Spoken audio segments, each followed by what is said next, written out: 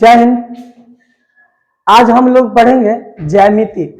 ये हमारा चैनल है टॉप 10 कोचिंग सेंटर इन मधुबनी। तो चलिए इसमें देखते हैं कि ज्यामिति में रेखा गणित पढ़ेंगे।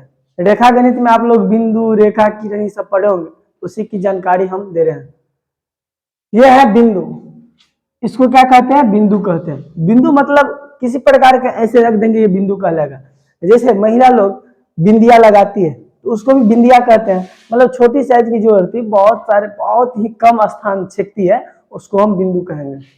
ये हो गया बिंदु। बिंदु हो गया। बिंदु के बाद है रेखा। रेखा किसे कहते हैं? जिसके दोनों तरफ इस साइड भी और इस साइड भी तीर लगा हो, जिसके दोनों तरफ तीर लगा हो, जितना मन करे बढ़ा सके, जितना मन करे खींच सके, जितना मन करे तान सके, है ना, तो उसको कहेंगे हम रेखा कहेंगे। इंग्लिश में लाइन कहते हैं, LINE, लाइन। और बिंदु को पॉइंट कहते हैं। उसके बाद तल। तल क्या होता है? जैसे कि कोई किताब का है या यही कॉपी है और इसका जो ये हुआ, इसको तल कहते हैं। जो प्लेन रहता है, एक सतह होता है, उसको तल कहते हैं। जैसे पुस्तक का ऊपरी भाग, ऊपरी सतह क्या हुआ? तल हुआ, उसको तल कहते हैं। उसके बाद है रेखाखंड।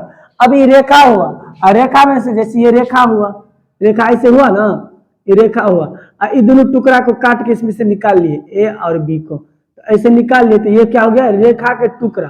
रेखा के टुकड़ा हम लोग इधर इस भाषा में, गांव घर के भाषा में कहते कोनो चीज को तोड़ दिए, जैसे एक तोड़ दिए तो एक टुकड़ा हुआ। लेकिन गणित के भाषा में इसको खंड कहते हैं। क्या कहते हैं?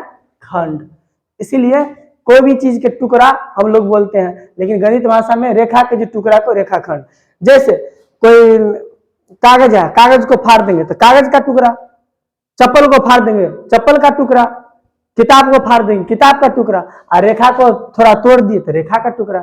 इसलिए रेखा के टुकड़ा को खंड कहते हैं, रेखाखंड। समझिए, गणित को फाड़ दिए गणित खंड, और यहाँ पर रेखा को फाड़ दिए तो रेखाखंड। चलिए, तो समझ गए होंगे।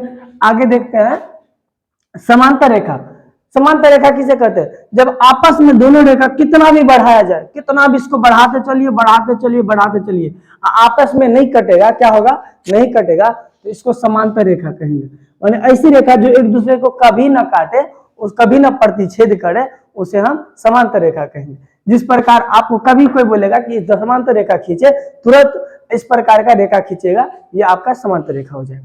फिर से है यहाँ पर प्रतिच्छेदी रेखा। प्रतिच्छेदी रेखा क्या?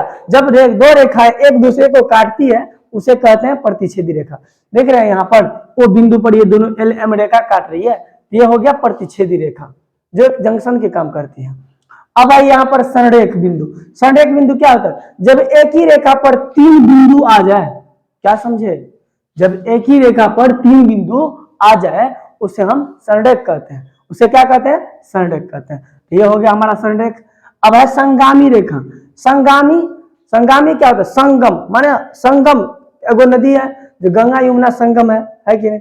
उस पर उसके बाद जो है कौन कौन नदी मिला है, जो संगम के बाद, जैसे प्रयागराज में नदियों का संगम है, वहां भी 2 नदी संगम मिला है, तो वहां पर प्रयागराज बन गया है।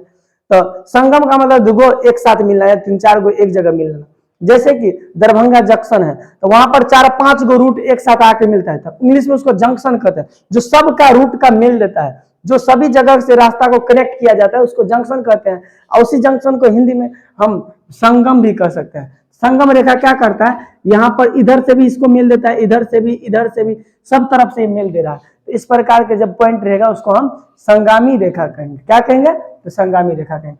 लास्ट बच गया एक बिंदु, जो क्लास 10th में ऑब्जेक्टिव में बार बार पूछा जाता है कि एक बिंदु से अनंत रेखा है गुजारी जा सकती है। एक बिंदु से कितनी रेखा गुजारी जा सकती है? तो एक बिंदु से अनंत रेखा गुजारी जा सकते हैं। Bye bye.